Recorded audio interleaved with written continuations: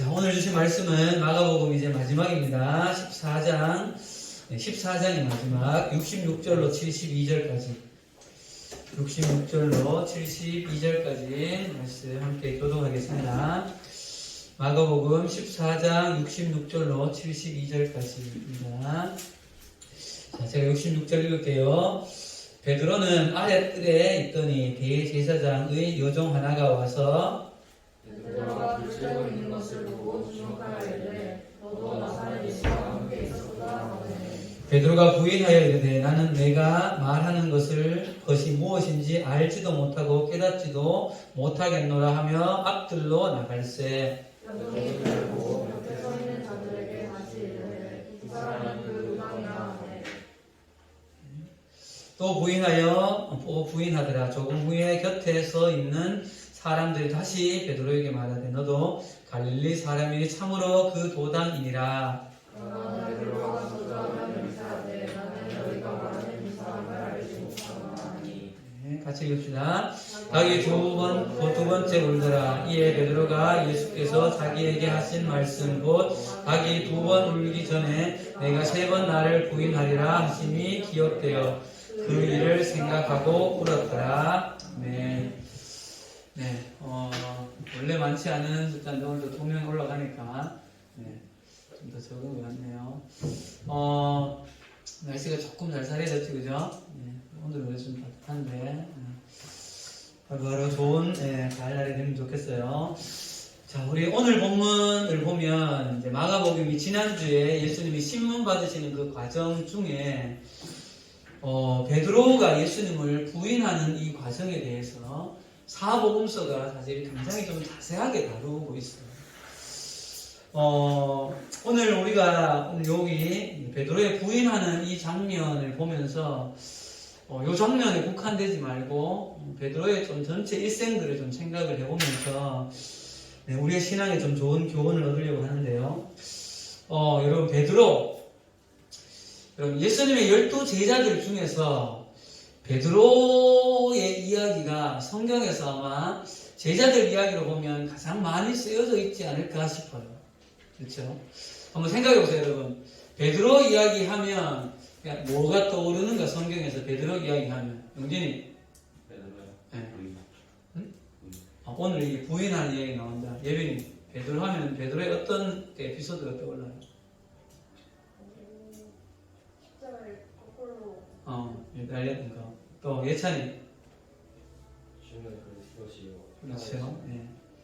보면 예수님의 12 제자들 중에서 뭐 다른 제자들 이야기도 간혹 있지만 베드로에 대한 이야기는 성경이 특별히 좀 자세하게 기록하는 걸 볼 수가 있어요. 그죠? 자, 오늘 우리가 읽지 않은 본문 한 것 중에 좀 중요한 구절이 있어요. 14장 54절입니다. 자, 성경책 봐도 되고 화면 넘겨주시고 자, 읽읍시다. 시작. 베드로가 예수를 멀찍이 따라 대제사장의 집들 안까지 들어가서 아랫사람들과 함께 앉아 불을 지르더라. 여러분, 예수님께서 잡히시면서 지금 기록을 못 해놨는데요. 50절에 올라가 보면 제자들이 다 예수를 버리고 도망하니라 이렇게 되어 있죠. 50절에. 그런데 2명의 제자들은 예수님의 신문 받으시는 현장까지 갔어요. 2명이 누굴까요? 요한 한 명은 요한이고 한 명은 베드로예요. 자, 어디로 가는가 하면요. 자, 요한복음으로 갑니다. 넘겨주세요. 자, 15절입니다. 15절. 자, 중요해요. 한번 봅시다. 시작. 시몬 베드로와 또 다른 제자 한 사람이 예수를 따르니 이 제자는 대제사장과 아는 사람이라 예수와 함께 대제사장의 집들에 들어가고 16절. 베드로는 문 밖에 서 있는지라 대제사장을 아는 그 다른 제자가 나가서 문 지키는 여자에게 말하여 베드로를 데리고 들어오니 문 지키는 여종이 베드로에게 말하되 너도 이 사람의 제자 중에 하나가 아니냐 하니 그가 말하되 나는 아니라 하고 이 말씀에 보면 15절에 예수님과 함께 간 사람이 또 한 명은 베드로가 나오는데 또 다른 제자 한 사람이라고 기록하면서 이름을 밝히진 않아요. 자, 그런데 성경 수석학자들이 대부분 공통된 일치하는 말이 이 제자가 요한이라고 이야기해요. 이 요한이 어떻게 된 건지 모르겠지만 대제사장과 아는 사이였다는 거죠. 그죠? 자, 그래서 요한은 정말 예수님과 함께 대제사장의 집들에 들어갔다 이렇게 돼 있고, 베드로는 멀찍이 따라서 왔는데 대문이 닫혀져 있으니까 들어갈 수가 없는 거죠. 그런데 아마 예수님과 함께 가까이에서 온 요한이 뒤를 보면서 베드로가 오고 있었는 것을 알았던 것 같아요. 그래서 아마 이 베드로 못 들어오겠구나 하고 나가보니까 아니나 다를까 그 앞에서 그냥 발로 흙만 툭툭 차고는 고개 푹 숙이고 뭐 나가지도 못하고 들어오지도 못하고 이렇게 있는 베드로를 들어오게 만들었던 거죠. 자, 지금 이런 상황이에요, 여러분. 여기서 한 가지 퀴즈를 낼게요. 베드로가 들어온 이 장소는 오늘 보면 말씀에 아랫뜰이라고 했고 또 뒤에 보면 뭐 앞뜰로 갔다 이렇게 기록이 되어 있는데, 자, 퀴즈입니다. 베드로가 들어온 장소에서 예수님을 볼 수가 있었다 없었다? 예수님이 들어온 베드로를 봤다 못 봤다? 서로가 볼 수 있었을까요 없었을까요? 볼 수 있었다. 어떻게 알아요? 말하는 뉘앙스가 못 봤으면 질문을 안 할 것 같지. 예, 봤다는, 볼 수 있는 위치에 있었다는 거예요. 넘겨주세요. 자, 베드로가 이르되 이 사람아 나는 네가 하는 말 알지 못하노라. 아직 말하고 있을 때에 닭이 곧 울더라. 61절에 시작. 주께서 돌이켜 베드로를 보시니. 예수님이 봤다는 거예요. 우리 이 순간에 베드로가 예수님을 봤는지는 모르겠어요, 정확히. 그러나 어쨌거나 예수님이 베드로를 봤다는 것은 베드로도 예수님을 볼 수 있는 조건은 되어졌다는 거죠. 서로가. 자, 그런데 여러분, 지금 이 상황입니다. 이 상황. 예수님 붙잡혀 와 있고 신문을 받고 있는 이야기를 베드로도 아마 듣고 있는 과정 중에 있어요. 또 그 모습을 눈으로 보고 있을 수도 있죠. 그런데 이 상황에서 예수님을 3번이나 부인하고 맨 마지막으로 부인할 때는 오늘 71절에 베드로가 뭐 하면서 그랬어요? 저주하며 맹세하여 예수님을 모른다고 부인하죠. 그럼 어떤 마음이 좀 드세요? 이 베드로의 이 모습, 저주하여 맹세하고 나는 너희가 말하는 이 사람을 정말 모른다라고 합니다.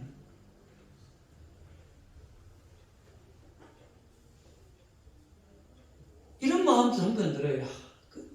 그냥 한순간 이렇게 물으니까 나 그 참 잘 모르는데 뭐 이렇게 얼버무리는 거는 좀 이해를 할 수가 있을 것 같아요. 그래도 그죠? 근데 이게 2번, 3번 되니까 그러는지 몰라도 어떻게 이 저주하며 막 맹세까지 하면서 나는 진짜 모르는데 이렇게 얘기할 수 있을까? 라는 생각이 사실 좀 들죠. 근데 여러분 여기서 저주한다는 말이 누구를 저주한다는 걸까? 1번은 예수님, 2번은 또 다른 누구일 것 같아요? 여기서 저주는 예수님을 저주하는 게 아니라는 거예요. 이 저주하다의 원어는요, 저주 아래로 놓다는 말이에요. 그래서 이 말의 의미는 내가 예수님을 진짜 내가 알면 내가 저주 아래로 들어가겠다까지의 그런 표현이라는 거죠. 예. 선생님도 지금까지 예수님을 저주하는 거라고 생각했어요. 근데 그게 아니고 내가 저주 아래 놓일지언정 나는 진짜 예수를 모르는 이렇게까지 갔다는 거죠. 지금. 왜 우리 그런 이야기 하잖아요. 요즘은 이런 표현을 사실 잘 안 쓰는데 이성수하고 저하고 어렸을 때는 이런 표현을 많이 썼어요. 막 친구랑 막 내기할 때 야 내가 그거 아니면 내 손에 뭐 찢은다? 장을 찢은다라고 표현하는 거하고 비슷한 거예요. 네.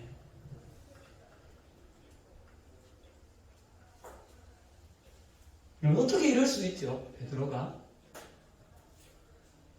예수님과 지금 같은 건물 안에 있고 예수님이 신문 받는 그거를 듣고 있는 중에 있는데 어떻게 이렇게까지 강하게 어떻게 보면 예수님을 배신한 것이고 어떤 목사님은 예수님 등에 먼저 지금 칼을 이미 꽂은 거다. 이렇게까지 표현을 하시고. 여러분, 그런데 우리가 한 가지 왜 이렇게 강하게 부인했는가에 대한 일반적으로 알려진 이유는 우리가 좀 찾을 수 있어요, 사실. 우리 선생님이 왜 베드로가 이렇게 부인했다고 생각해요? 네, 무서웠어. 뭐가 무서웠던 거지? 영상은 뭐가 무서웠던 거야? 같이 잡혀가. 그렇지. 자기도 잡혀서, 예, 연자제처럼 자기도 죽을까봐 하는 그 생명에 대한 두려움, 위협이 느껴졌던 거죠. 그래서 50절에 제자들이 다 예수를 버리고 도망가는 거잖아요. 예수님이 체포돼서 그 십자가에 죽으시면 자기들도 최소한 그 정도 아니면 그거보다 조금 더 뭐 좀 비슷한 뭔가를 받겠다는 이런 그 인간의 그 생명에 대한 그 본능적인 그런 게 있잖아요. 그죠? 그 두려움이 도망치게 만든 거죠. 그런데 여러분, 오늘 이 말씀을 우리가 묵상하면서 멀찍이 따라온 이 베드로를 생각하면서 이렇게만 100% 베드로는 두려움만 있었다라고 치부하기에는 뭔가 다른 게 느껴지는 게 있다. 여러분, 그 두려움이라는 것이 100% 이 베드로를 지배하는 모든 것이었다고 하면 베드로가 여기 올 이유가 있어요. 도망가야죠. 빨리 고향으로 가든지 아니면 뭐 그 옆에 다른 나라까지는 도망가야 살 거 아니에요. 생명에 대한 두려움 그것만이 사로잡혀 있었던 베드로라면 오늘 여기 이 신문의 현장 앞에 올 이유가 없는 거예요, 사실.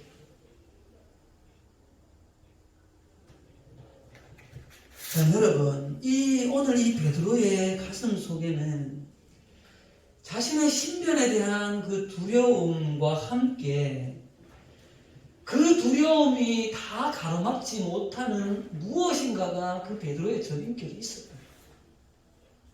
그것이 지금 베드로를 여기 끌고 온 거죠. 예. 팀장님은 한 주간 이 말씀을 묵상하면서 뭘까를 생각해 본 겁니다. 무엇이 베드로를 여기로 지금 데려왔는가? 사실 지금 이렇게 저주하며 맹세할 만한 두려움은 맞아요, 사실. 왜냐하면 죽음에 직면할 수 있는 것이니까. 그런데 그 죽음조차도 막지 못하는 그 무엇인가가 베드로를 지금 끌고 있다는 거예요. 자, 요게 5번 질문의 지금 대답이에요. 베드로가 예수님의 신문 받으시는 장소까지 따라간 내면의 깊은 이유는 예수님에 대한 베드로의 이 강력한 부인은 이전에 예수님과의 강력한 만남이 있었다는 반증이라는 거죠.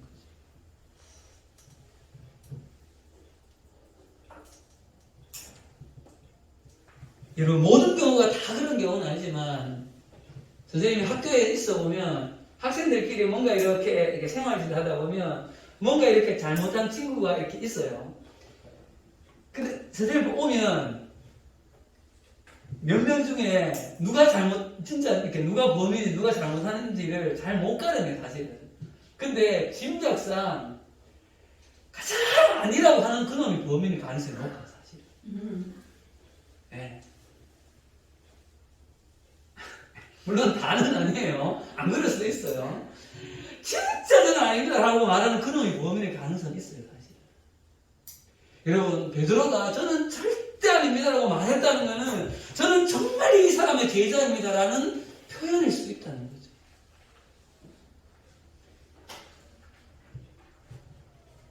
자, 여러분, 베드로가 오늘 멀찍이서라도 왜 돌아가지 못하고 이 신문의 자리까지 왔을까요? 베드로의 3년의 공생의 기간 동안 만났던 그 예수가 너무나 강력하게 아직까지 베드로의 마음속에는 살아있기 때문에 그 예수님을 놓고 그냥 갈 수가 없었던 거죠. 사랑하는 여러분, 지금부터 우리 예수님의 제자로서 지냈던 베드로의 이 3년을 한번 돌아봅시다. 여러분, 그는 그냥 그저 평범한 갈릴리 한 어부였습니다. 그런데 어느 날 형제인 요한이라는 사람이 와서 베드로 형 이렇게 말하면서 내가 우리 민족에서 그렇게 기다리고 있다고 하는 메시아를 만났다. 같이 가보자 하는 거예요. 이 뭔가 갑자기 뚱딴지 같은 소린가 하면서 워낙 그러니까 이제 따라간 거죠. 그런데 거기서 예수님이 뭐라 해요? 너는 장차 개바라 하리라라고 이름을 막 별명을 막 지어주죠, 예수님. 그리고는 또 헤어지고 며칠이 지난 다음에 밤새 물고기를 잡았으나 허탕을 쳤어요. 그물을 막 손질하고 있는데 어디선가 막 누군가 몰려오더니 뭐 예수님이 그때 만났는데 이제 얼굴을 아니까. 근데 그 예수님이 자기 배를 타고 오시는 거죠. 배 좀 띄워라. 어떻게 말해? 배 띄워야지. 그리고 거기서 하나님 나라의 진리, 복음의 진리를 막 전하시는 그 가장 가까이에서 어떻게 보면 강단 그 바로 밑에서 들은 거예요. 그 진리를 온몸으로 들은 거죠. 예수님의 그 눈빛 하나하나 튀기시는 그 침을 막 맞아가면서. 그런데 끝이 나고 나서 깊은 데로 가서 그물을 내려라. 물고기가 막 잡히는 거예요. 근데 왠지 모르게 고맙다란 말이 아니라 이 사람 앞에서 자기가 보이는 거예요.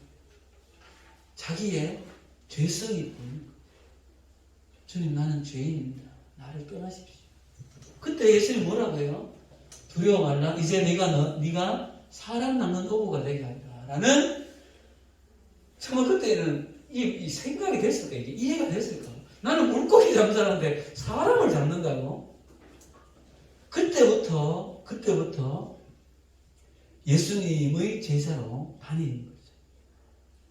그러면서 병을 고치는 거, 귀신 내어 쫓는 거, 죽은 사람을 살리는 거, 파도와 바람을 잠잠케 하는 거, 오병이요, 칠병이요, 하늘의 그 변화산상의 놀라운 이야기, 죽은 사람을 살리는 이야기, 수없이 많은 기적을 그 가까이에서 놀랍게 체험하는 거죠.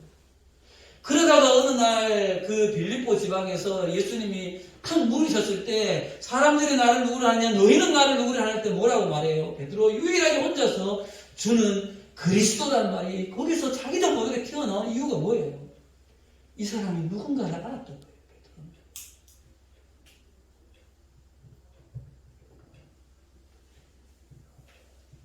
살아계신 하나님의 아들이라는, 어떻게 보면 예수님에 대한 신앙의 완전한 고백을 해내는 거죠.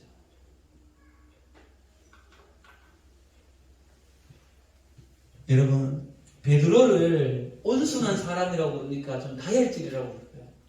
좀 다혈질이라고 그래요. 이 다혈질적인 사람의 장점이자 단점은요, 하나에 꽂히는 거에는 물불 안 가리고 가는 거예요.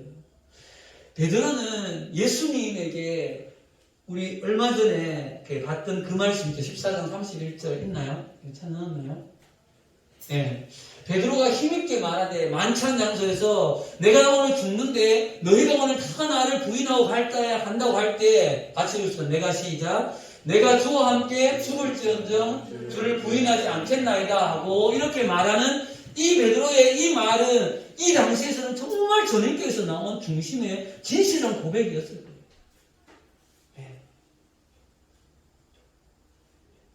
베드로는 예수님을 향한 사랑과 신앙의 열정이 넘쳤던 사람이에요. 그런데 어느 날 가끔 죽음에 대해서 막 말씀을 하고 최후의 만찬 자리에서 너희가 다 나를 부인할 거라고 할 때에 베드로는 이렇게까지 고백을 했던 거죠. 여러분, 이 고백을 한 이후에 불과 몇 시간이 되지 않았어요. 한 6시간 지난 이후에 조수하면서 이렇게 또 부인하고 있는 거죠.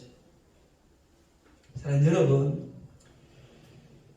우리는 베드로의 이 예수님의 이 신문 받을 때 예수님의 십자가를 생각하면서의 베드로는 늘 베드로를 부인한 것에 대하여서만 우리는 포커스를 맞추고 있을 때가 많아요. 그런데 여러분, 우리가 분명히 기억해야 될 것은 베드로가 멀찍이서라도 따라갔다는 사실이 더 중요한 거예요. 무엇이 베드로를 여기에 오게 했냐는 거죠. 무엇이. 그거는요, 여러분. 베드로는 이 땅에 오신 예수 그리스도가 누구였는지, 이 땅에 와 계신 자기가 3년을 따라다녔던 그 예수 그리스도가 누구였는지에 대해서 인격적으로 깊이 있게 그는 체험하고 만났던 사람이라는 거죠. 그런데 문득 사람이기 때문에, 또 육신을 가진 사람이기 때문에 문득 이 지금의 현실의 상황이 눈에 들어오는 거죠. 예수님은 잡혀갔고 눈에 지금 예수님은 곧 죽는 것처럼 보이는 거예요. 이 현실의 상황을 보면 나도 저렇게 되지 않을까라는 두려움이 또 한편의 마음에 밀려오는 거죠. 그러니까 그 두려움이 나는 또 모른다 하고 이렇게 막 고백하게 만드는 거예요. 자, 여러분, 우리가 이 3번에 걸친 강력한 부인을 보면서 먼저 기억해야 될 것은, 베드로의 이 강력한 부인은 자신의 인생에서 너무나 선명하게 예수 그리스도를 인격적으로 만났던 그 만남의 반증이 될 수 있다는 거죠. 어떻게 보면 제가 이렇게 말씀드리면, 그렇게 강하게 만났으면 부인하지 말고 초대교회 많은 믿음의 선진들처럼 그냥 그 자리에서 십자가에 같이 못 박고 죽었어야죠, 이렇게 말할 수도 있었어. 말할 수 있죠, 그러면. 그런데 여러분, 여기서 우리가 발견하는 것은 인간이라는 한 존재를 보는 거예요. 인간이라는 존재는 100% 어느 한 것이 탁 생기면 반대 것이 그냥 못 자르듯이 탁 잘라나가서 이런 존재가 아니라는 거죠. 이 지금 베드로라는 한 인격체 안에는 예수님을 사랑하는 그 풍성한 사랑의 마음도 동일하게 있었어요. 그러나 또 한 번 세상을 볼 때는, 현실을 볼 때는 생명에 대한 두려움 또한 100% 그 안에는 있었다는 거예요. 베드로는 지금 이 두 가지의 이 싸움 안에서 갈등 가운데 있는 것이죠. 이것이 인간인 거예요. 예수님에 대한 신앙의 열정, 사랑의 마음, 또 한편으로는 지금 곧 죽음의 앞에 계시는 예수님을 보면서 나도 죽지 않을까라는 그 생명에 대한 그 위협, 이 두 가지에 대한 갈등이 이 베드로의 내면 속에 얼마나 강력하게 일어났을까요? 사랑하는 여러분, 우리의 신앙의 모습은 이와 똑같다는 거예요. 사랑하는 여러분, 그렇지 않아요? 교회에 나올 때 당장 내일 시험이 있고 오늘 주일 예배예요. 똑같은 갈등이에요, 여러분. 지금 이 베드로의 모습. 뭐가 달라요? 사랑하는 여러분, 여러분의 인생을 살아가 보십시오. 베드로가 지금 직면한 이 인생의 갈등이 신앙의 갈등과 현실에 대한 갈등을 우리는 매번 반복해야 됩니다.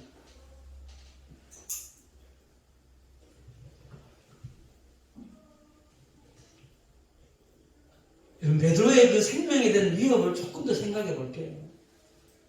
여러분, 베드로는 뼛속 깊이 유대인입니다. 베드로는 예수님의 공생의 3년이라 보면 절대적으로 더 많은 시간을 유대사회에서 살았던 사람입니다.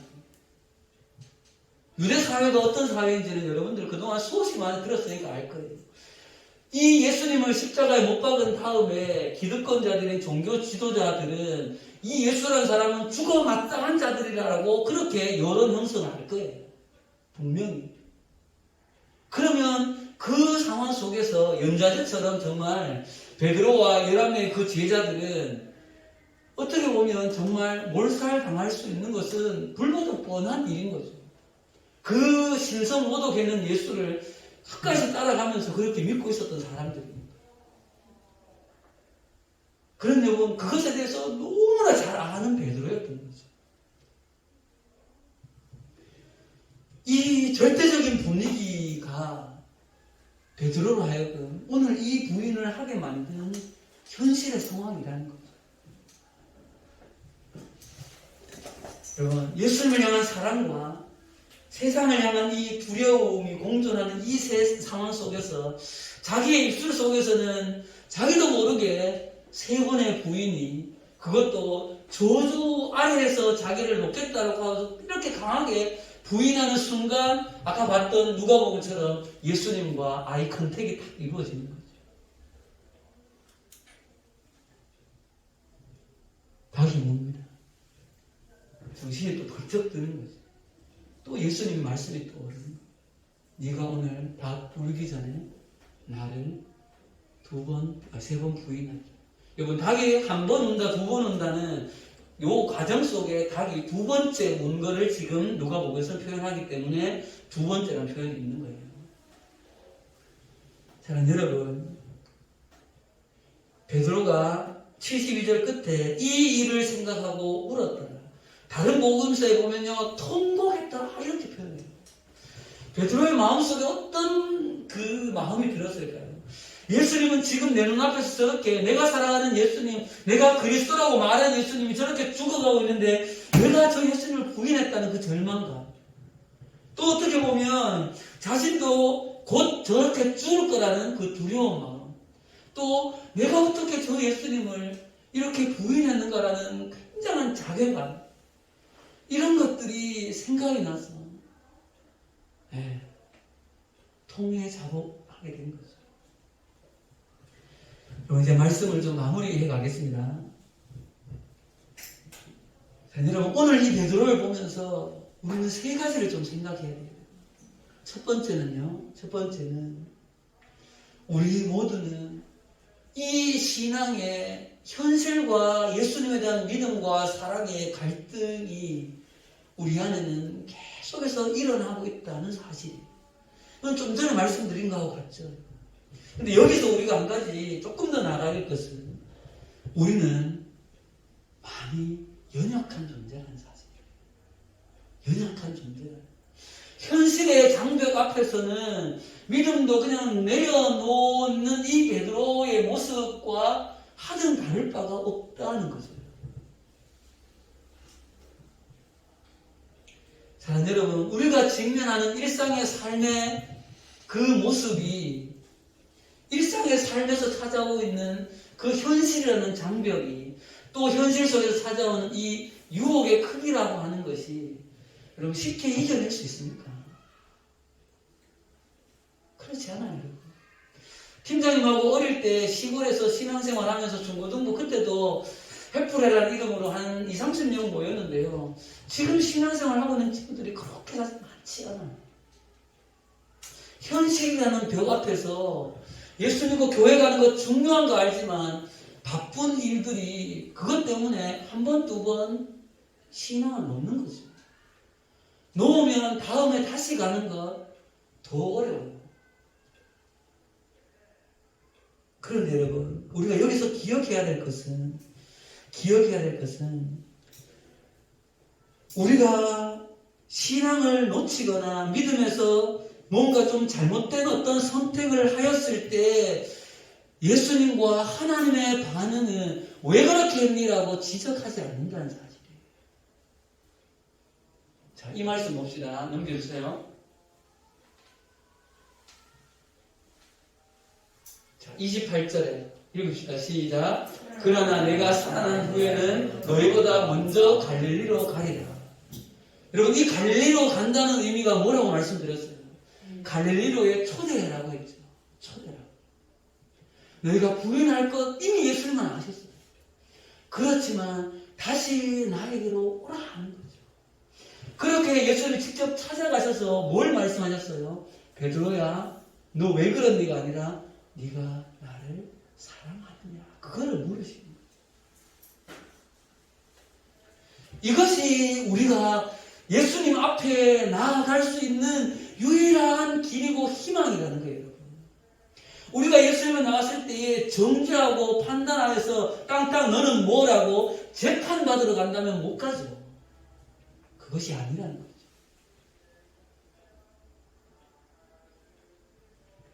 오늘 우리가 함께 이렇게 드렸던 찬양의 가사에도 그런 내용의 가사가 있었던 것 같아요.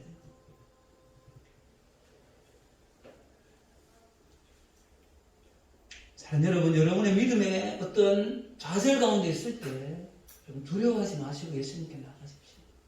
괜찮습니다. 왜냐하면 그분은 우리 아버지시기 때문에. 두 번째는요, 오늘 이 베드로의 부인을 통해서 우리가 배울 두 번째 교훈은 이 강력한 부인은 예수님을 강력하게 만났다는 그 만남이 전제가 되어져 있다는 사실을 여러분 기억하십시오. 여러분들이 여러분의 삶에서 신앙을 놓친 것으로 또는 범죄한 것으로 또는 뭔가를 잘못한 것으로 인하여서 여러분들이 마음에 자괴감이 드는 것은 여러분의 마음의 중심에 예수님을 향한 신앙이 있다는 증거입니다. 그 마음이 아예 없으면 그런 느낌을 가질 이유가 없는 거죠. 조금 더 여러분 바라는 것은 지금보다 한 단계 더 나아가는 더 강한 만남이 있기를 간절히 바랍니다. 그런데 그 강한 만남은요, 어디에서가 아니라 깊은 공동체 속으로, 믿음의 공동체 속으로 들어갈 때 가능한 이야기예요. 사랑하는 여러분, 중고등부를 떠난 이후에, 졸업하고 떠난 이후에 팀장님이 늘 말씀드린 것처럼 신앙의 공동체에 들어가야 됩니다. 나는 내 혼자 신앙생활을 잘 해보겠노라. 그냥 주일날 예배 드리고 오고 나서 내 혼자 큐티하게 내 혼자 기도생활 하면서 잘해버리라. 말도 안 되는 이야기예요. 특별히 요즘과 같은 이 시대에 그거는 나는 신앙생활을 그냥 안 하겠다는 거하고 똑같다는 이야기를 여러분 분명히 기억하십시오. 혼자서는 할 수 없습니다. 신앙의 공동체에 들어가서 믿음의 사람들과 인격적인 교제를 우선순위 두고 둘 때 나는 믿음의 깊은 경험들을 해가게 되어집니다. 팀장님은 교사선교에 있으면서 그것을 너무나 많이 보는 거예요. 너무나 많이. 대학 1학년 때 정말 술 마시면서 너무나 그렇게 생활했던 때들이 2학년, 3학년 되어지면서 너무나 많은 변화를 하는 것을 나는 눈으로 많이 보고 있어요. 그 친구가 그렇게 바뀔 수 있었던 유일한 이유는 그 사람이 개인적으로 큐티해서 아니요. 공동체에 있었기 때문에 가능한 거예요. 그것이 교회를 만드신 하나님의 파워를 주신 거죠. 그게 교회입니다. 마지막 세 번째입니다. 어쩌면 팀장님이 더 여러분들에게 말씀드리고 싶은 것은 이 말씀이에요. 사랑하는 여러분, 지금 예수님은 베드로를 그 신문의 현장 속에서 자기를 부인하는 베드로를 보고 계시지만 예수님의 눈에 보고 있는 베드로는 그 베드로를 보고 있다는 것이 아니라는 거예요. 예수님의 지금 눈에 보고 있는 베드로는 지금의 저렇게 나를 부인하는 베드로지만 예수님의 눈에 보이는 베드로는 나중에 사도행전에서 초대교회에 그렇게 놀라운 지도자가 되어져서 수천여 명을 주께로 돌이키는 애는 그 베드로를 지금 예수님은 보고 있다는 거죠. 그렇기 때문에 베드로에게 갈릴리로 오라고 초대하고 있다는 사실이에요.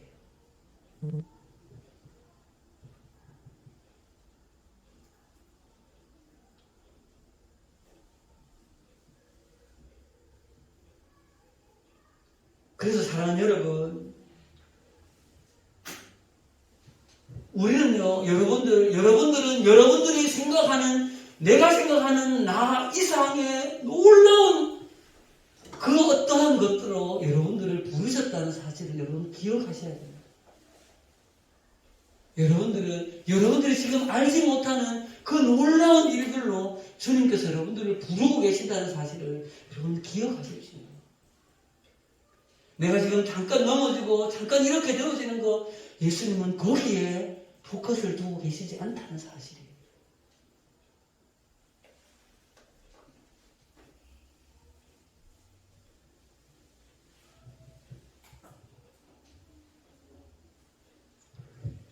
말씀을 정리하겠습니다.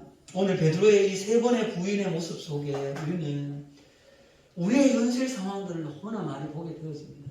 그래서 사랑하는 여러분, 베드로처럼 그런 연약함이 우리한테 있다는 것, 그러나 그 연약함이 오히려 주님을 더 깊이 만나는 좋은 통로가 된다는 걸 여러분 기억하십시오.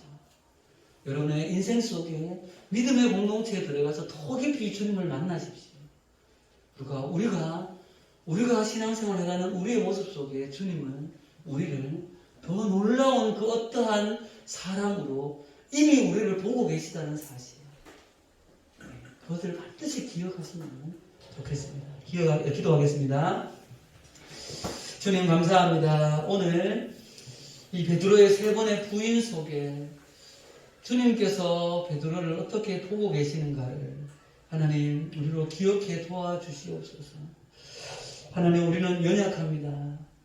우리는 십자가에서 못 박힌 예수 그리스도를 나의 구주라고 고백하지만 또한 주님 우리의 삶에서는 베드로처럼 그렇게 부인하기 쉬운 우리인데 하나님 그러할 때 하나님 그런 연약함을 있는 그대로 주님 앞에 나아가는 우리가 될 수 있도록 도와주시옵소서. 주님 우리가 생각하는 우리보다 하나님 나라와 당신의 자녀로 우리를 부르신 그 하나님의 그 놀라운 그 부르심은 정말 얼마나 위대한 것인가를 주님은 우리에게 베드로를 통하여서 보여주고 있음을 기억할 수 있도록 주님 도와주시옵소서. 감사합니다. 예수님 이름으로 기도합니다. 아멘. 우리 불 끄시고 같이 찬양하도록 합시다. 오늘 새롭게 우리 배웠던 찬양 같이 하겠습니다. 다시 일어나서 찬양합니다.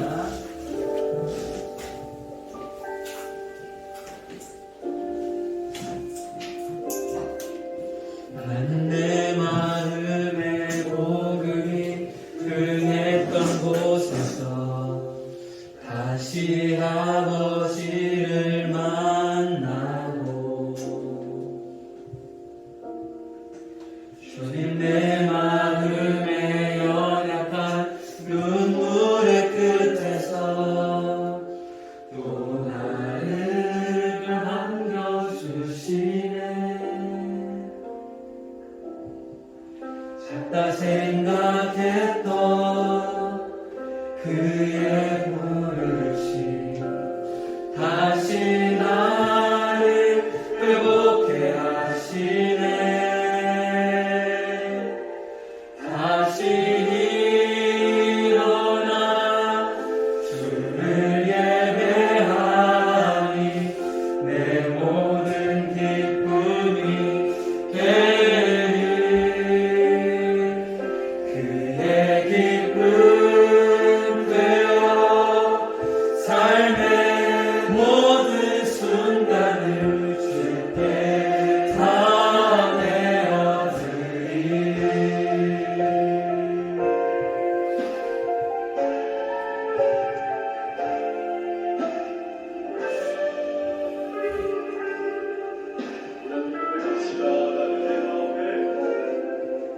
나는 내 마음의 복음이 흥했던 곳에서 다시 아버지를 만나고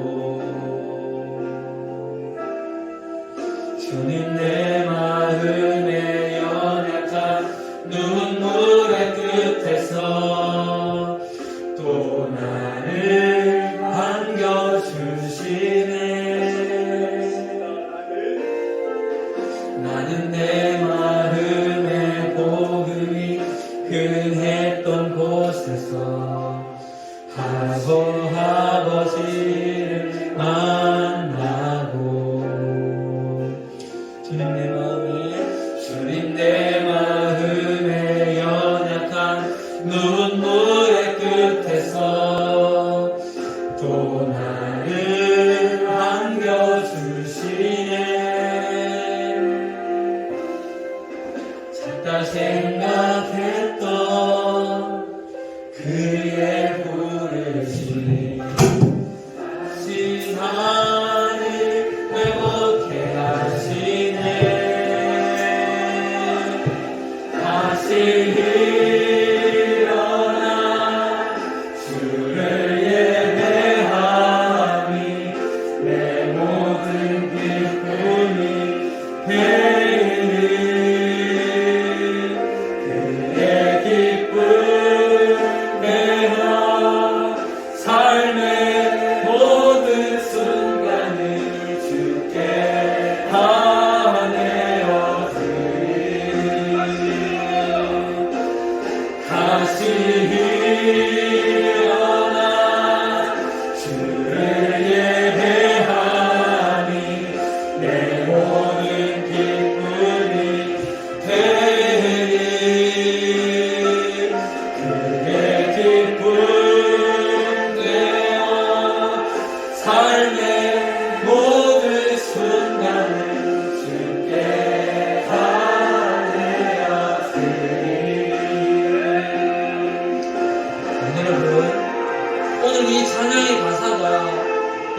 베드로의 고백 같지 않습니까? 이 시간 우리 같이 한번 기도할 때 사랑하는 여러분들도 지금 베드로처럼 주님을 부인한 그런 삶의 현장 속에 있지 않았습니까? 현실의 상황 속에 성적 때문에 원서를 쓰면서 시험을 치면서 친구 관계 속에 여러 나의 삶 속에 삶의 현장 속에서 맞닥뜨리고 있는 그 어려움 때문에 주님을 부인하고 있는 베드로의 모습이 나에게 있지 않습니까? 이 시간 이 말씀을 오늘 들은 말씀을 붙잡고 같이 한번 우리 기도했으면 좋겠습니다. 기도하겠습니다. 살아계신 하나님 아버지, 우리의 삶의 현실 속에 다가오는 하나님의 여러 가지 현실이 베드로가 주님을 모른다고 부인했던 것처럼 나도 믿음으로 반응하지 못하고 하나님 그렇게 그저 주님 앞에서 내 신앙을 너무나 쉽게 놓았다. 우리의 연약함을 주님 봅니다. 그러나 다시 일어나서 갈릴리로 가기를 원합니다. 나를 지금도 갈릴리로 초대하시는 예수를 보면서 주님 내가 주님을 사랑합니다. 내 삶에서는 부인이 있었지만 주님을 그냥 주님 사랑합니다. 주님 고백하고 싶습니다. 우리 사랑하는 주님과 친구들 삶의 현실 속에서 맞닥뜨리는 그 절망의 현실 속에 있을 때 주님은 그러나 나를 다시 갈릴리로 초대한다는 사실을 잊지 않고 기억할 수 있도록 주님 도와주시옵소서. 현실의 상황이 어떠하든지 간에 내 모습이 어떠하든지 간에 주님 앞에 나아가시고 주님 사랑한다 나에게 나누시는 예수님 그 손을 붙잡는 자를 것이고 다시 일어나서 주님을 예배하는 것 것이고 주님 도와주시옵소서.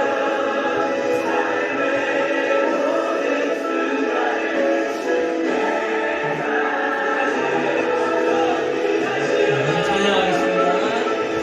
다시 일어나 주를 예배하니 내 모든 기쁨이 되리.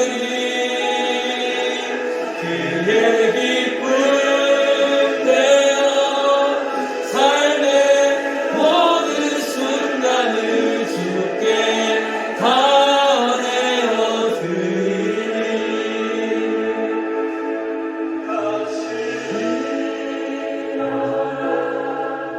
주를 예배하니 내 모든 기쁨이 되리.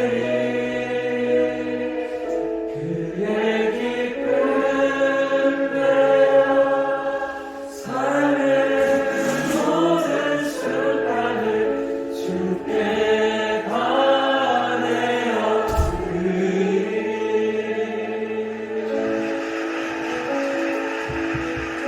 네, 주기도문을 마치겠습니다. 하늘에 계신 우리 아버지여, 이름이 거룩히 여김을 받으시오며 나라가 임하옵시며 뜻이 하늘에서 이루어진 것 같이 땅에서도 이루어지이다. 오늘날 우리 일용할 양식을 주옵시고 우리가 우리에게 죄 지은 자를 사하여 준 것 같이 우리 죄를 사하여 주옵시고 우리를 시험에 들게 하지 마옵시고 다만 악에서 구하옵소서. 대개 나라와 권세와 영광이 아버지께 영원히 쌓옵나이다. 아멘.